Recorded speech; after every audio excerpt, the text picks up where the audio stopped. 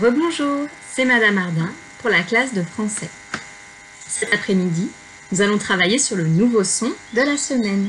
Puis nous continuerons une révision sur les pluriels particuliers et je continuerai la leçon sur les noms avec les CE1 et sur les familles de mots avec les CE2. C'est parti! Viens apprendre avec moi aujourd'hui. Viens apprendre avec moi aujourd'hui ce que tu auras besoin pour demain. Ce que tu auras besoin pour demain.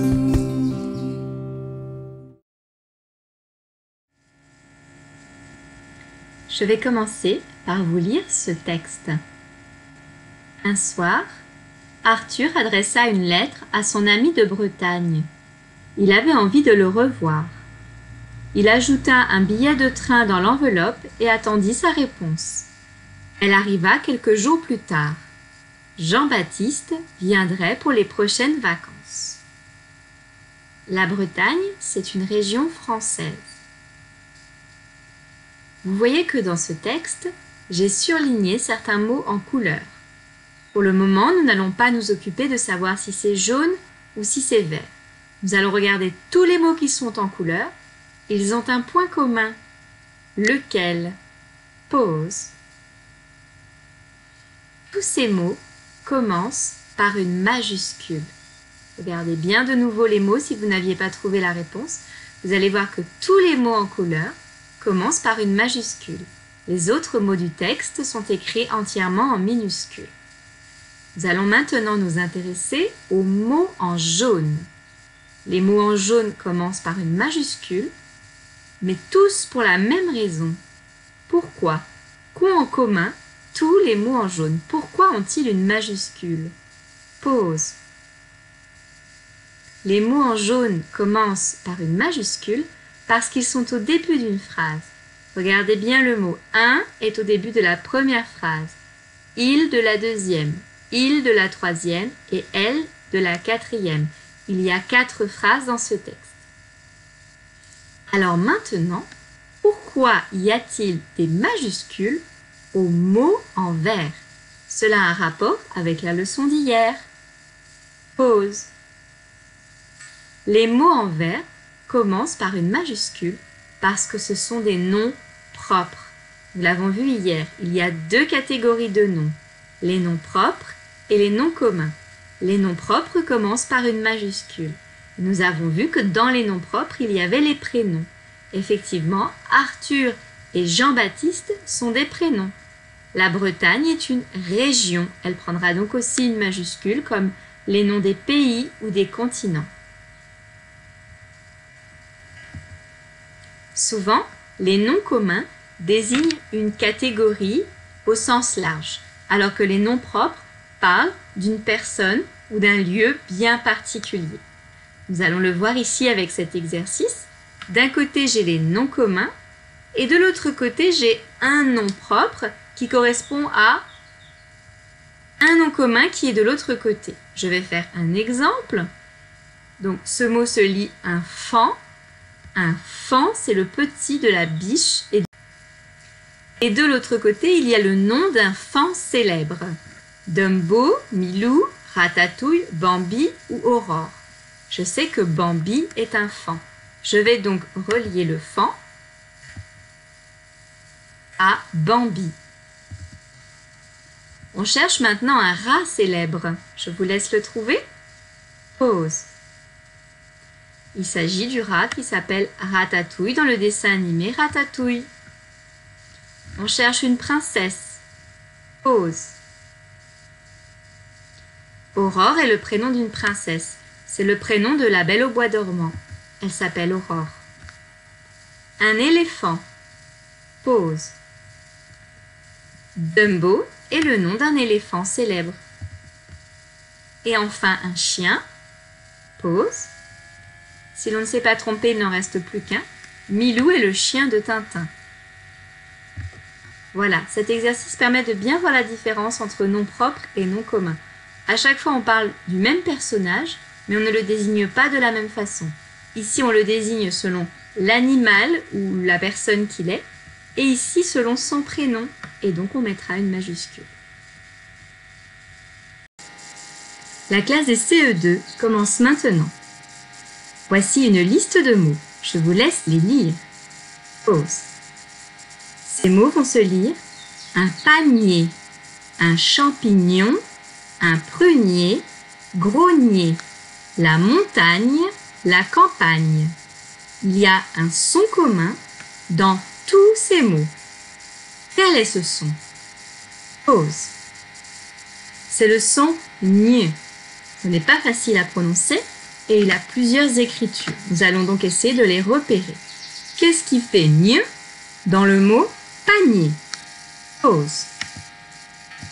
Dans le mot panier, ce sont deux lettres, le N et le I.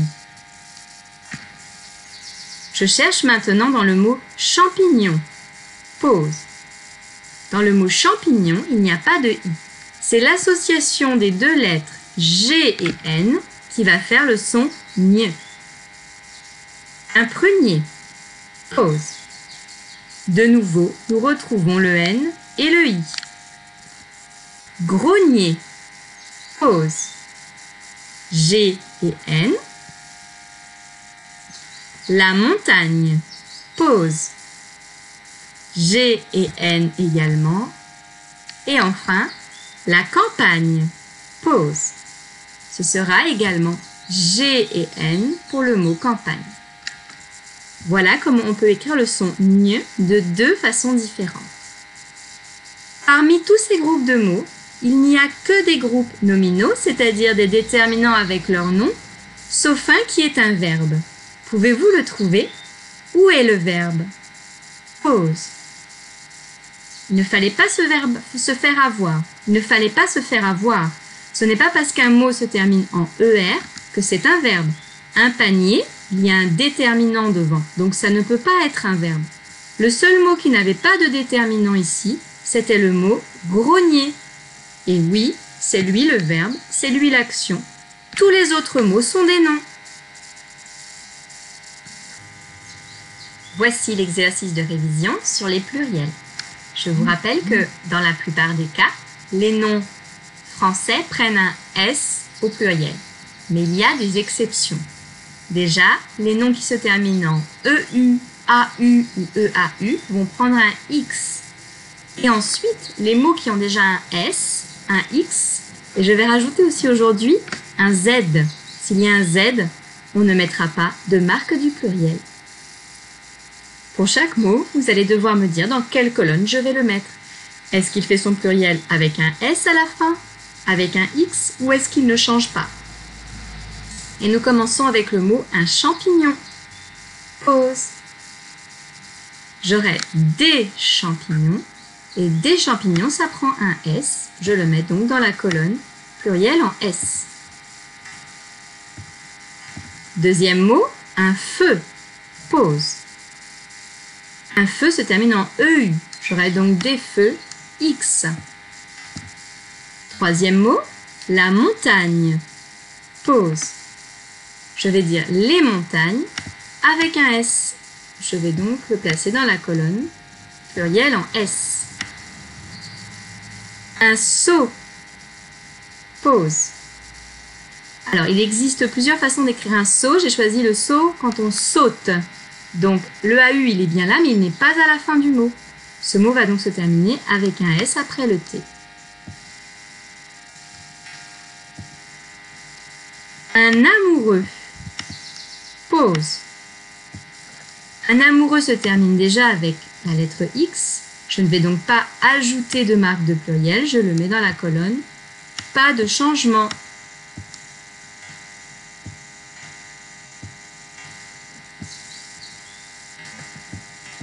La voix. Pause. La voix se termine déjà avec un X. Je vais donc également le mettre dans la colonne. Pas de changement. Le panier. Pause. Nous dirons les paniers avec tout simplement un S. Il va donc dans la colonne pluriel en S. Une souris. Pause. Une souris a déjà un S au singulier. Elle n'aura donc pas de changement au pluriel. Et enfin, le tableau. Pause. Le tableau se termine en EAU. Il prendra donc un X. Les tableaux X dans la colonne pluriel avec X. La classe de CE1 est terminée. Ils peuvent donc se déconnecter. Et je continue avec les CE2 sur les familles de mots. Nous allons nous occuper aujourd'hui de la deuxième colonne. Je fais donc de l'autre côté. Alors, souligne le radical et entoure le suffixe de chaque mot. Donc, avant de faire cet exercice, il faut se souvenir ce qu'est un suffixe. Qu'est-ce qu'un suffixe? Pause.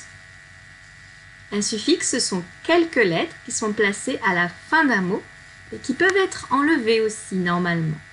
À ne pas confondre avec le préfixe qui se place au début du mot. Je rappelle que le radical est cette partie du mot que l'on ne va pas enlever et qui va être commune à tous les mots de la même famille. Nous avons un exemple ici, le mot peureux, donc son suffixe c'est E-E-U-X, et le mot peur est le radical, on peut utiliser le mot peur tout seul, il veut dire quelque chose. Nous continuons avec pensif. Quel est son suffixe et donc quel est le radical qui reste? Pause. Le suffixe, ce sont les deux lettres IF, if. On ne mettra pas le S dedans parce que j'en ai besoin dans le radical pour faire le mot pense, comme par exemple dans le verbe penser, je pense. On continue avec le mot excessif. Pause. C'est exactement le même suffixe, c'est-à-dire if. Et je vais donc souligner excess. C'est le radical. Je vous laisse maintenant faire tous les autres mots. Cet exercice se trouve dans votre fichier à la page 3. Vous pouvez donc le faire en entier et on se retrouve pour la correction. Pause. Dans maniable, le suffixe c'est able. Dans craintif, c'est de nouveau if que nous retrouvons. Dans lisible, c'est ible. Dans lavable, c'est able, que nous avons déjà rencontré dans maniable. Et enfin, dans fraîcheur, c'est heure, E-U-R. Le reste du mot est donc le radical. On peut d'ailleurs vérifier que les autres mots existent. Manie, ça existe. Crainte, ça existe. Lit, ça existe. Lave, ça existe. Et fraîche, ça existe aussi. Nous allons maintenant créer des mots à l'aide des suffixes. On peut choisir ation, ur ou âge. Par exemple, pour coller, on a créé le mot collage. Ce qui veut donc dire qu'il faut d'abord enlever le ER du verbe à l'infinitif avant de choisir le suffixe. Sinon, cela n'aura aucun sens. Essayons avec ramasser. Pensez à enlever la terminaison en ER du verbe et choisissez le bon suffixe. Pause. Alors, ramassation, ça ne veut rien dire. Ramassure, ça ne veut rien dire. Par contre, ramassage, ça fonctionne très bien. Deuxième mot, relier. Je vous laisse essayer. Pause. Alors, reliation, ça ne veut rien dire. Par contre, reliure, ça fonctionne très bien. C'est donc celui que je vais choisir. La reliure d'un livre, c'est l'endroit dans le dos où toutes les pages sont attachées. Nous passons à blesser. Pause. Oui, tout à fait. Blesser va avec blessure. Je poursuis avec expliquer. N'oubliez pas qu'il faut enlever ER. Pause. Eh bien, ce sera explication. Donc, non seulement j'enlève le ER, mais je vais devoir modifier aussi un petit peu le mot. Car je n'ai plus besoin du QU qui était devant le E. Un simple C suffira. J'ai dit un jour que l'on pouvait modifier une ou deux lettres dans le radical. Eh bien, c'est le cas ici. Par rapport au son qu'on entend et aux lettres qui sont apportées, Je vais utiliser le C plutôt que QU pour faire le mot explication. Je continue avec conserver. Là, il n'y a pas de piège, pas de difficulté. Pause. Cela fera le mot conservation. Et nous terminons avec le mot laver. Pause. Laver deviendra lavage. Vous voyez donc qu'il est un petit peu plus difficile d'ajouter les suffixes que les préfixes. C'est pourquoi cet exercice se trouvait dans la deuxième colonne. Nous avons dû parfois modifier un petit peu le radical et surtout enlever la terminaison qui existait déjà, ER. C'est tout pour aujourd'hui. Je vous dis à bientôt pour une prochaine classe virtuelle. Au revoir.